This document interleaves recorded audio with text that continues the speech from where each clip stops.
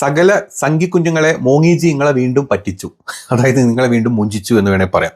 ഏതായാലും എല്ലാ ചങ്കിക്കുഞ്ഞുങ്ങളും ഓടി വരൂ, ചാടി വരൂ, പറന്നു വരൂ, നടന്നു വരൂ, എഴഞ്ഞു വരൂ, ചാണകക്കുഴിന്ന് എഴുന്നേറ്റ് വരൂ എന്നൊക്കെ പറയാൻ തോന്നുകയാണ്. കാരണം കഴിഞ്ഞ ദിവസം നമ്മുടെ മോങ്ങിജി നമ്മുടെ എന്താ പറയുക ഒരു GDP-യുടെ വളർച്ച 8.2% ഇട്ടിരുന്ന 8.9% അല്ലേ ഇട്ട് നിങ്ങളെല്ലാവരും പുളകം കൊള്ളിച്ചില്ലേ. അത് കണ്ടിട്ട് എല്ലാ ചങ്കിക്കുഞ്ഞുങ്ങളും അല്ലേ ഗോതി മീഡിയ ഒക്കെ നാട്ടിൽ പുളകം കൊണ്ട് വിജൃംഭിച്ചൊക്കെ ഇരിക്കുന്ന കണ്ടിട്ട് എൻ്റെ 1-2 വീഡിയോയുടെ താഴത്തൊക്കെ വന്നിട്ട് ചങ്കിക്കുഞ്ഞുങ്ങൾ പറഞ്ഞു, ഓ നീ ഇങ്ങനെ മോദീനെ കുറ്റം പറയാണ്ട് നോക്കടാ, നമ്മുടെ GDP 8.9% ഈ ക്വാർട്ടറിൽ നമുക്ക് ഹൈക്ക് വന്നിട്ടുണ്ട്, നീ ഇത് വല്ലതും അറിയുന്നുണ്ടോ എന്നൊക്കെ. എന്നോട് ഈ കമന്റ് ഇടുന്ന ചങ്കിക്കുട്ടൻ ചിലപ്പോൾ അന്ന് പട്ടിണിയായിരിക്കും. ചിലപ്പോൾ എൻ്റെ അമ്മ, മോനെ ഇന്നും ഇവിടെ കഴിക്കാനൊന്നുമില്ല മോനെ, ഇച്ചെന്തെങ്കിലുമൊക്കെ വാങ്ങിച്ച് വാ എന്ന് പറയുമ്പം മോനെ, അല്ല അമ്മ എൻ്റെ അടുത്ത് പൈസയൊന്നുമില്ലല്ലോ അമ്മേ, എനിക്ക് ജോലിയൊന്നും ഇതെല്ലാം അമ്മേ, മോങ്ങിച്ച് ജോലി തരുമെന്ന് പറഞ്ഞിട്ടുണ്ട് അമ്മേ, ഇതുവരെ ജോലിയൊന്നും കിട്ടിയിട്ടില്ല അമ്മേ. അതെന്താ മോനെ ഇങ്ങനെയൊക്കെ നമ്മൾ ശരിയാവും മോനെ, പട്ടിണിയല്ലേ മോനെ, വല്ല ബിസിനസ്സൊക്കെ ചെയ്തൂടെ? ഇല്ലമ്മേ എൻ്റെ അടുത്ത് പൈസയൊന്നുമില്ല അമ്മേ, ഞാൻ അങ്ങനെ ജയ് വിളിച്ച് അല്ലെ ജയശ്രീരാം വിളിച്ച് നടക്കില്ല അമ്മേ, എനിക്ക് എവിടെ നിന്നാ അമ്മേ പൈസ? ഇതൊക്കെയാണ് നമ്മുടെ നാട്ടിലെ എല്ലാ സംഘീയുടെയും വീട്ടിൻ്റെ അവസ്ഥ. കുറഞ്ഞ 1-2 സംഖ്യകളൊക്കെ ഉണ്ട് ഇച്ചിരി മെച്ചപ്പെട്ട്. അല്ലാത്ത നാട്ടിലെ മുസ്ലിങ്ങളും ഹിന്ദുക്കളും ക്രിസ്ത്യാനികളും മറ്റു പാർട്ടിക്കാരൊക്കെ നല്ല രീതിയിൽ ജീവിച്ചു പോകുമ്പോൾ ചങ്കി കുഞ്ഞുങ്ങൾ ഇതേപോലെ പട്ടിണി കിടന്ന്, ഞാൻ എപ്പോഴും പറയാറുണ്ട് അല്ലേ, പട്ടിണിയിൽ ജനിച്ച് പട്ടിണിയിൽ ജീവിച്ച് ചാണകക്കുഴിയിൽ വീണ് അവസാനം മരിക്കും. ഇതാണ് പൊതുവേ ഒരു നോർമൽ ചങ്കിയുടെ അവസ്ഥ നമ്മുടെ നാട്ടിൽ, മൊത്തം ഇന്ത്യയിലും അത് തന്നെ അവസ്ഥ. അതുകൊണ്ടാണല്ലോ ഈ ചങ്കി തൊടാത്ത സൗത്ത് ഇന്ത്യ എപ്പോഴും നന്നായിട്ട് ഉയർന്നു നിൽക്കുന്നു, ചങ്കി തൊട്ട നോർത്ത് ഇന്ത്യ മൂഞ്ചി തെറ്റി നിൽക്കുന്ന ഒരു അവസ്ഥ. അപ്പോൾ അതവിടെ നിൽക്കട്ടെ. നമ്മളിപ്പം നമ്മുടെ മോങ്ങിജി നമ്മുടെ ചങ്കി കുഞ്ഞുങ്ങളെ പറ്റിച്ച കണക്കെടുക്കാം. അപ്പം മോങ്ങിജിയുടെ കണക്ക് പ്രകാരം ഇന്ത്യ ഈ പറഞ്ഞ കഴിഞ്ഞ ജൂൺ ജൂലൈ ഓഗസ്റ്റ് ഹാഫോടുകൂടി നമ്മളിത് അങ്ങനെ കുത്തിക്കേറി എന്തോ മേലെ മലമറച്ചു എന്നൊക്കെ ഇട്ടത്. പക്ഷേ ഈ കണക്ക് ആരാണ് തന്നത് നിങ്ങൾക്ക് അറിയണ്ടേ? ഞാനൊരു ഫിനാൻഷ്യൽ അനലിസ്റ്റും വിദഗ്ധനൊന്നുമല്ല. അതുകൊണ്ട് തന്നെ ഇത് വലിയ ബ്ലണ്ടർ ആണെന്ന് ഒരു സാമാന്യ ബുദ്ധിക്ക് തോന്നി. അതുകൊണ്ട് നമ്മൾ കംപ്ലീറ്റ് കുറേ ഡീറ്റെയിൽസ്, കുറേ ഫിനാൻഷ്യൽ എക്സ്പേർട്സിൻ്റെ ഒക്കെ ഡീറ്റെയിൽസ് ഒക്കെ എടുത്തു, അവരുടെ ഒക്കെ വീഡിയോസ് ഒക്കെ പോയി കണ്ടു, കാര്യങ്ങൾ പഠിച്ച് മനസ്സിലാക്കിയിട്ട് പറയട്ടോ. അപ്പോൾ അതുകൊണ്ട് നിങ്ങൾ എത്രത്തോളം നിങ്ങൾക്കത് മനസ്സിലാവുന്ന അറിയില്ല, ഏതായാലും ഞാൻ പറഞ്ഞുതരാം.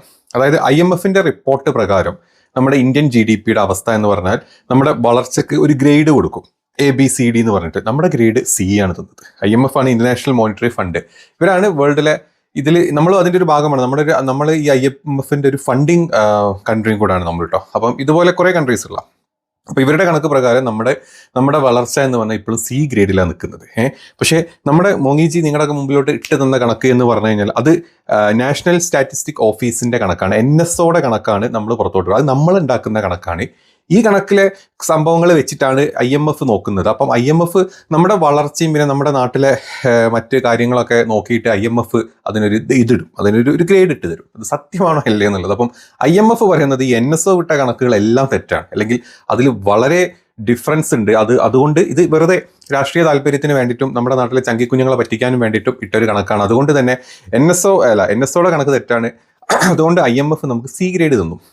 പക്ഷേ NSOയുടെ കണക്ക് വലിയ സംഭവമല്ലേ, നമ്മളിങ്ങനെ കുതിച്ചുകൊണ്ടിരിക്കുകയല്ലേ എന്ന് ചോദിക്കുമ്പോൾ ഇതേ സ്ഥാനത്ത് നമ്മുടെ ഫോറിൻ എന്താ പറയുക, നമ്മുടെ പുറത്തെ കൺട്രീസ്, അതായത് നമ്മുടെ മറ്റ് കൺട്രീസ് നമ്മുടെ നാട്ടിൽ ചെയ്യുന്ന ഇൻവെസ്റ്റ്മെൻറ്റിൻ്റെ കണക്ക് കുറഞ്ഞുകൊണ്ടിരിക്കുകയാണ്. നമ്മുടെ മറ്റ് പല ക്വാർട്ടറുകളിലും അല്ലെങ്കിൽ മറ്റ് പല സ്ഥലങ്ങളിലെയും കണക്കുകൾ വെച്ച് നോക്കുമ്പോൾ നമ്മുടെ ഫോറിൻ ഇൻവെസ്റ്റ്മെൻറ്റ് കുറയാണ്. കാരണം അവർ എടുക്കുന്ന കണക്ക് IMF-ന്റെ കണക്കായിരിക്കും. IMF-ന്റെ കണക്ക് നോക്കുമ്പോൾ നമുക്ക് ഇപ്പോൾ C ഗ്രേഡേ ഉള്ളൂ, ഡെവലപ്പിംഗ് അല്ലോട്ട് പോകുന്നില്ല. അതുകൊണ്ട് ഇങ്ങോട്ടുള്ള ഫോറിൻ ഇൻവെസ്റ്റ്മെൻറ്റ് കുറയ്ക്കും. അതാണ് സത്യത്തിൽ ബാക്ക് എൻഡിൽ നടക്കുന്ന കാര്യം. പക്ഷേ നമ്മുടെ ചങ്കിക്കുഞ്ഞുങ്ങളെ പറ്റിക്കണമെങ്കിൽ നമുക്കത് അത് കാണിക്കാൻ പറ്റില്ല അല്ലേ നമ്മുടെ അവസ്ഥ.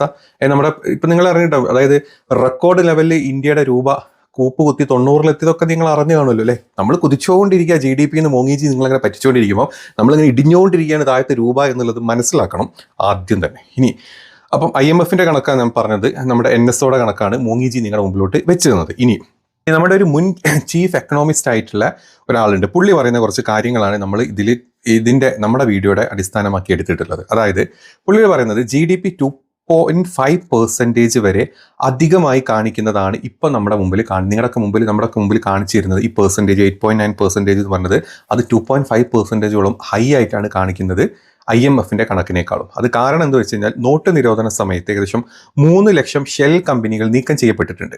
എന്നിട്ട് GDP-യുടെ കണക്കിൽ എന്നിട്ടും ഒരു മാറ്റങ്ങളും വരുത്തിയിട്ടില്ല. പിന്നെ ഈ സർവീസ് മേഖലയിൽ ഏകദേശം 35% കമ്പനികൾ കണ്ടെത്താതിരുന്നതും ഈ കണ്ടെത്താതിരുന്നിട്ട് പോലും നമ്മുടെ GDP-ക്ക് ചേഞ്ചസ് വന്നിട്ടില്ല എന്നാണ് പുള്ളി പറയുന്നത്. ഇത് രണ്ടും വലിയ ഒരു എന്താ പറയുക ഒരു ഡിഫറൻസ് ആണ്. കാരണം നമ്മുടെ എന്താ പറയുക അസംഘടിത മേഖല ഉണ്ട്. അതായത് നമ്മുടെ കോർപ്പറേറ്റ് സെക്ടറും കോർപ്പറേറ്റ് സെക്ടർ അല്ലാത്ത അൺഓർഗനൈസ്ഡ് സെക്ടേഴ്സ് ഒരുപാട് നമ്മുടെ നാട്ടിലുണ്ട്. ഈ അൺഓർഗനൈസ്ഡ് സെക്ടേഴ്സ് 45% നമ്മുടെ GDP-നെ സപ്പോർട്ട് ചെയ്യുന്നുണ്ട്. ബാക്കി 55 ആണ് ബാക്കിയുള്ള എല്ലാം കൂടെ വരുന്നത്. അപ്പം ഈ 45 ഇവർ അനൗപചാരികമായിട്ടാണ്, ഇവർക്ക് പ്രത്യേകിച്ച് ഒരു കണക്കോ കാര്യങ്ങളോ ഒന്നുമില്ല. അപ്പോൾ അതുകൊണ്ട് ഇതിൻ്റെ ഒരു ഒരു ഒരു പ്രോക്സി ആയിട്ടാണ് നമ്മൾ ഇതിനെ എടുക്കുന്നത്. അങ്ങനെ എടുത്തിട്ടാണ് നമ്മൾ ഈ കണക്ക് തരുന്നത്. അപ്പോൾ തന്നെ നമ്മുടെ കണക്കിൽ ഒരു വലിയ ഡിഫറൻസ് വരും എന്നാണ് ഈ ഒരു ചീഫ് അനലിസ്റ്റ് പറഞ്ഞിട്ടുള്ളത്.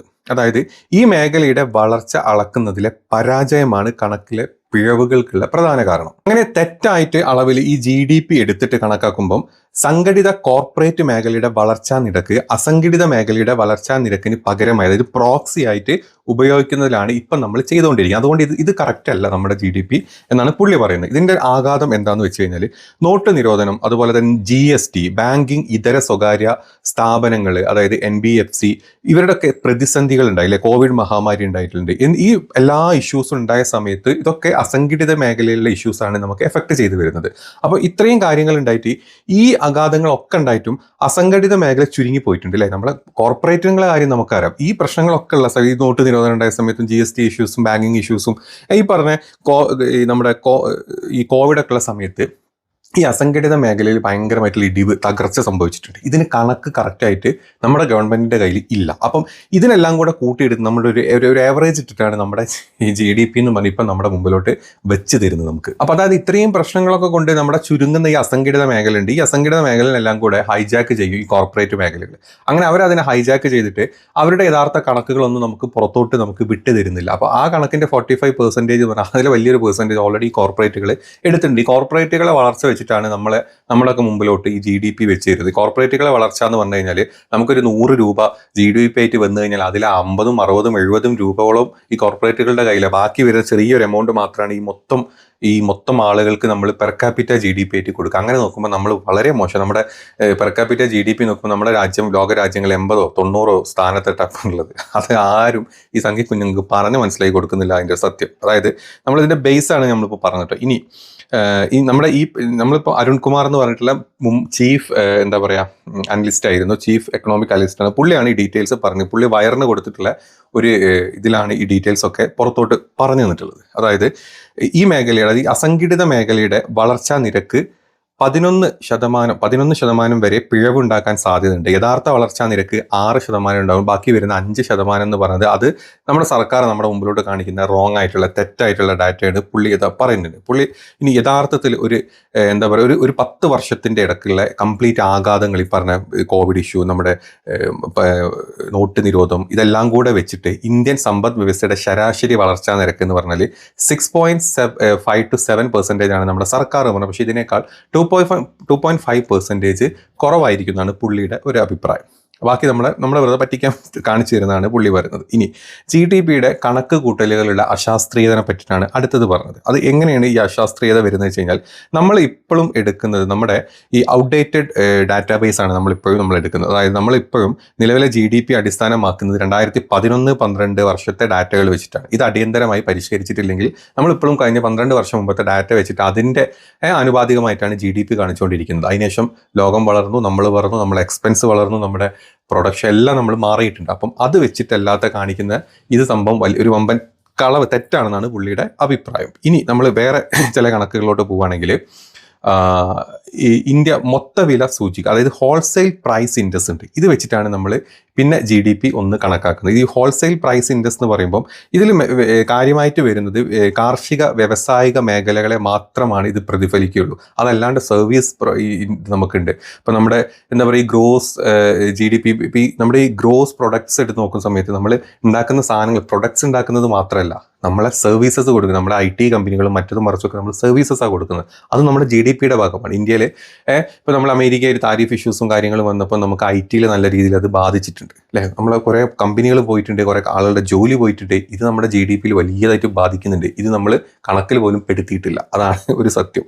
പിന്നെ നമ്മൾ ഇവിടുത്തെ എന്താ പറയുക നമ്മളെ പല ഇപ്പം ഈ താരിഫ് ഇഷ്യൂ വന്ന സമയത്ത് നമ്മുടെ കയറ്റുമതി ഒരുപാടില്ല, എക്സ്പോർട്ടിങ് ഒരുപാട് കുറഞ്ഞിട്ടുണ്ടല്ലേ. ഒരുപാട് സാധനങ്ങൾ നമ്മൾ എക്സ്പോർട്ട് ചെയ്യുന്നത് കുറഞ്ഞിട്ടുണ്ട്. ഇതിൻ്റെ ഒന്നും പ്രോപ്പറായിട്ടുള്ള കണക്ക് ഈ GDP-യിൽ വന്നിട്ടില്ല. ഈ പ്രാവശ്യം കാണിച്ചിട്ടുള്ള കണക്കുകൾ വന്നിട്ടില്ല. കാരണം ഈ ട്രംപിൻ്റെ താരിഫ് ഇഷ്യൂ വന്നത് ഏകദേശം ഓഗസ്റ്റ് സെപ്റ്റംബർ സമയമായി.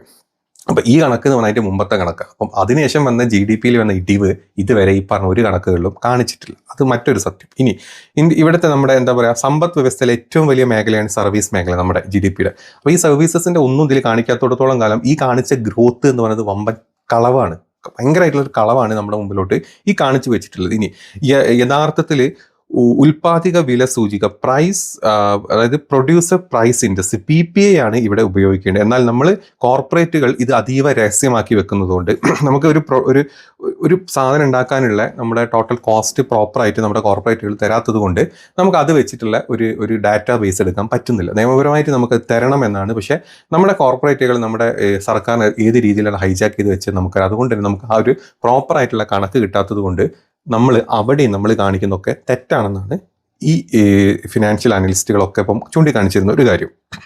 ഇനി അടുത്തൊരു വൈരുദ്ധ്യം എന്ന് പറഞ്ഞാൽ പ്രൊഡക്ഷൻ എക്സ്പെൻഡിച്ചറിലുള്ള തെറ്റായിട്ടുള്ള കണക്കുകൾ. അത് ദേശീയ വരുമാനം കണക്കാക്കുന്നതിന് ഉൽപാദന വരവും ചെലവും ഉണ്ട് അല്ലേ, ഉൽപാദനത്തിൻ്റെ ചെലവും അതുപോലെ തന്നെ ഈ വരവും ഉണ്ട്. ഇതിൽ വരുന്ന കണക്കുകൾ തെറ്റായിട്ടാണ് നമ്മുടെ മുമ്പിലോട്ട് വെച്ചിരുന്നത്. അതായത് സൈദ്ധാന്തികമായി തുല്യമായിരിക്കണം ഈ എക്സ്പെൻഡിച്ചർ. ഇത് കണക്കായിട്ട് ഇത് ഒരിക്കലും നമുക്ക് കറക്റ്റായിട്ട് വരുന്നില്ല, ടാലി ആവുന്നില്ല. അത് തന്നെ എക്സ്പെൻഡിച്ചർ ടാലി ആവുന്നില്ലാത്തതുകൊണ്ടും ഇത് GDP-യുടെ കണക്കുകളിൽ ഭയങ്കരമായിട്ടുള്ള ഡിഫറൻസ് ഉണ്ടാക്കുന്നതാണ് ഇവർ പറയുന്നത്. ഇനി ക്വാർട്ടർലി ഡാറ്റയുടെ അഭാവം, അതായത് ഈ 3 മാസത്തെ ഡാറ്റകൾ വെച്ചിട്ടാണ് നമ്മൾ GDP ഉണ്ടാക്കുന്നത്. അപ്പം കൃത്യമായ ഡാറ്റ പോയിന്റുകൾ നമുക്ക് ലഭ്യമാവുന്നില്ല എന്നാണ് ഇവരുടെ ഒരു ഇവർ പറയുന്നത്. കാരണം കോർപ്പറേറ്റുകൾ ഒരിക്കലും ഈ കറക്റ്റായിട്ടുള്ള ഡാറ്റ തരാത്തത് കൊണ്ട് തന്നെ ഈ 3 മാസത്തെ ഈ ക്വാർട്ടർലി എന്നും പറഞ്ഞ് നമ്മൾ കാണിക്കുന്ന പേഴ്സൻറ്റേജ് കണക്കുകളെല്ലാം തെറ്റാണ് എന്നാണ് മറ്റൊരു എന്താ പറയുക ഇവരുടെ വാദം, ഈ ചീഫ് അനലിസ്റ്റുകളുടെ മറ്റൊരു വാദം. പിന്നെ CPI ഭാവി സാധ്യതകളും ഉപഭോഗ വില സൂചിക, അതായത് CPI ഉപഭോഗ വില സൂചിക കൺസ്യൂമർ പ്രൈസ് ഇൻഡെക്സ് ആണ് കേട്ടോ. നമ്മൾ കൺസ്യൂം ചെയ്യുമ്പോഴുള്ള പ്രൈസാണ്. മറ്റേതൊക്കെ നമ്മൾ ഹോൾസെയിൽ പ്രൈസ് വെച്ചിട്ടാണ് നമ്മൾ കണക്കൂട്ടിക്കൊണ്ടുന്നത്.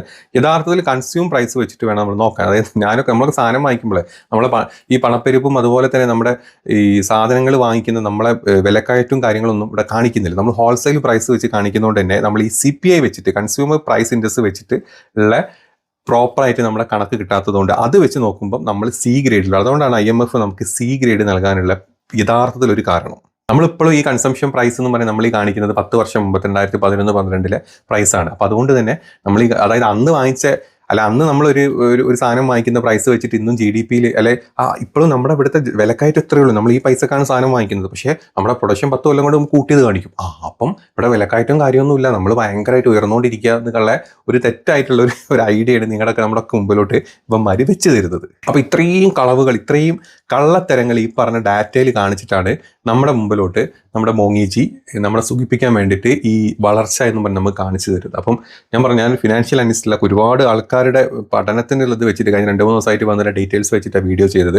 കുറേയൊക്കെ ഇനിയും പോയിന്റ്സ് ആഡ് ചെയ്യുന്നുണ്ടാവും, ഞാൻ കുറേയൊക്കെ മിസ് ചെയ്തിട്ടുണ്ടാവും, പറഞ്ഞതിൽ വേറെ ചെറിയ അങ്ങോട്ടും ഇങ്ങോട്ടും ചില മാറ്റങ്ങളൊക്കെ ഉണ്ടാവുമായിരിക്കും. പക്ഷേ യഥാർത്ഥത്തിൽ ഇതാണ് നമ്മുടെ GDP-ൻ്റെ അവസ്ഥ. അപ്പം എൻ്റെ വീഡിയോൻ്റെ താഴത്ത് വന്ന് GDP നോക്കടാ എന്ന് പറഞ്ഞ പൊന്നു സംഖ്യകളെ നീ നിൻ്റെ വീട്ടിലോട്ട് നോക്ക്. നിൻ്റെ വീട്ടിൽ പട്ടിണില്ലാതെ എന്ത് ചെയ്യാൻ പറ്റും ജോലി? നിങ്ങളൊന്ന് ആലോചിച്ച് നോക്കി. കഴിഞ്ഞ കുറേ ദിവസങ്ങളെ കൊണ്ട് നമ്മളെ പ്രൊഡക്ഷൻ കൂടിയിട്ടില്ല, നമ്മുടെ കയറ്റുമതി കുറഞ്ഞിട്ടേ ഉള്ളൂ, നമ്മുടെ സർവീസസ് കുറഞ്ഞിട്ടേ ഉള്ളൂ, നമ്മുടെ പണത്തിൻ്റെ ഇതെല്ലാം കൂടി ഇടിഞ്ഞു പൊളിഞ്ഞ് 1990 എത്തിയിട്ടുള്ളൂ. ഒക്കെ ബാക്കോട്ടാ പോകുന്നത്, മുന്നോട്ട് പോകുന്നില്ല. തൊഴിലവസരങ്ങൾ പോയിക്കൊണ്ടിരിക്കുകയാണ്.